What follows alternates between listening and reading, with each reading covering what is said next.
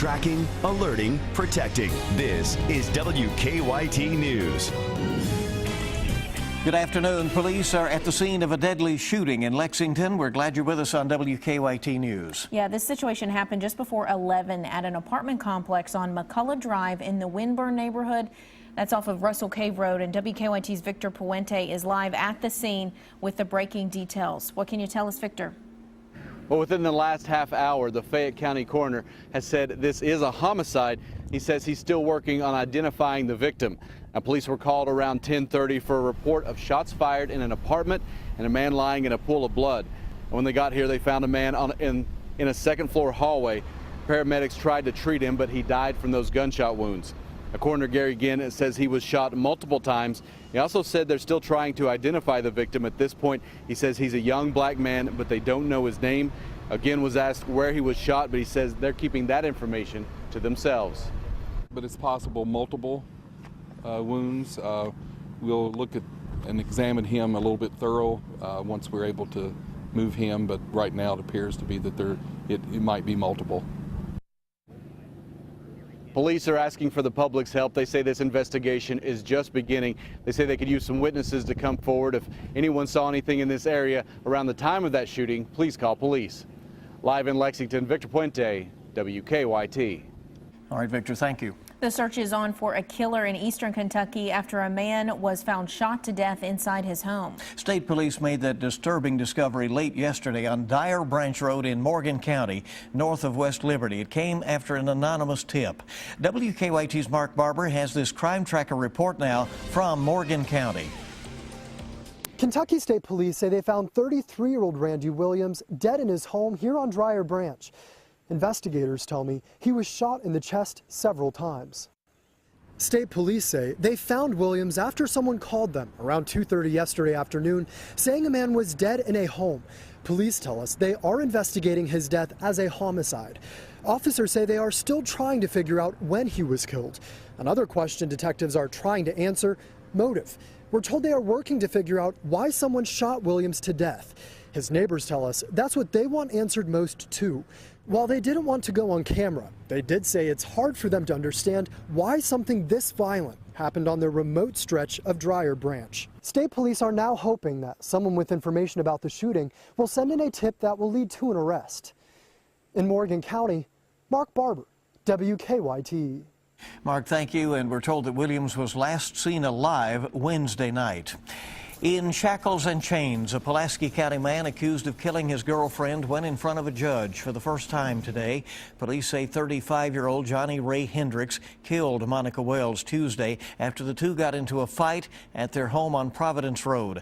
Her body was found in a sinkhole in a wooded area the next day. Her parents say they want justice for their daughter. We don't want him out on bond. We do not want him no privilege whatsoever. And we want his brother brought in too. The Pulaski County Sheriff's Office is telling us they located Hendricks's brother, Freddie Pennington, last night. They say they questioned him for 2 hours before releasing him. He is still considered a witness in the case. Hendricks pleaded not guilty during today's arraignment. Well, the U.S. government now has a point person to deal with the Ebola crisis. President Barack Obama named White House advisor Ron Klain as the nation's Ebola czar. He will coordinate the nation's efforts to combat the deadly virus.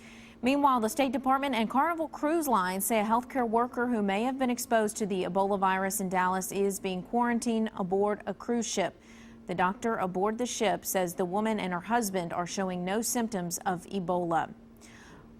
Public health officials in Franklin County investigating after a flyer with bogus information about Ebola showed up in a Frankfort neighborhood. It shows a logo from the Centers for Disease Control and Prevention on it and lists false information about the deadly virus. Both state and local health and emergency management officials want people to know that no legitimate Ebola flyers are being passed out at this time. As a public health agency, what we are trying to do is get out accurate information. We are trying to make sure that our community is not panicked, and having misinformation out there does nothing but stir the pot. Health officials encourage people to look at the CDC's website for accurate information on Ebola.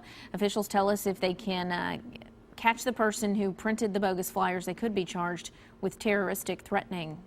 A suspicious package addressed to police was found overnight on Main Street in Paris. Inside, though, it turned out to be some shoe polish.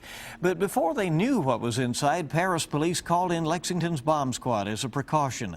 There was recently a similar suspicious package left outside of Lexington Police Headquarters.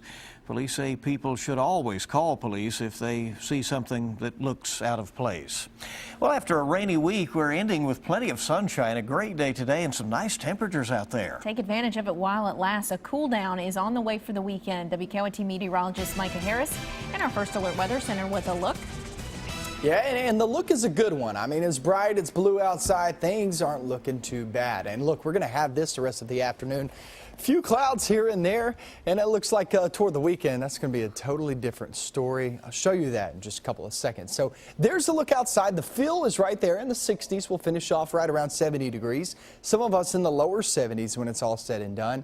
Heading out to Keeneland today, just fine. This is the day to do it because the weekend gets a little chilly. Going overnight and into tomorrow morning, it's not that cold. I mean, 47, yeah, that's on the chilly side. But you can see 53 there at 1 p.m. as opposed to 66 here at 1 p.m. So, yeah, that cool down comes throughout the day. And as you're heading back to work, heading out to dinner later on this evening, here are the three things you'll be talking about. How awesome it is today, the way it looks, the way it feels. And then you're going to be talking about that chill down heading in toward the weekend. You know, you go from 70 to 57 on both Saturday and Sunday. Not only that, but maybe even some frost on the pumpkins as you wake up Sunday morning. That's an interesting weekend. I'll really break it down for you coming up in about 5 minutes. All right, varieties, the spice of life. Thank you, Micah. It's one of the biggest nights of the year for UK fans. Big Blue Madness is tonight at Rupp Arena. And if you have tickets, the doors open at 5:30. The big event begins at 7. But if not, if you're not going, you can remember this. Big Blue Madness will not be broadcast on local television this year. You can see it online on ESPN3. And clips will also be shown on ESPNU and the SEC Network tonight, followed by a 1-hour recap show on the SEC Network at 11 p.m. Well, there are some new reasons to limit how much soda that you should drink. And school vaccinations at an all-time high. Ebony Williams has details in this Better Living report. New findings suggest drinking soda may shorten your life. Researchers at the University of California found sugar-sweetened sodas can strain the body's metabolism and accelerate cell aging.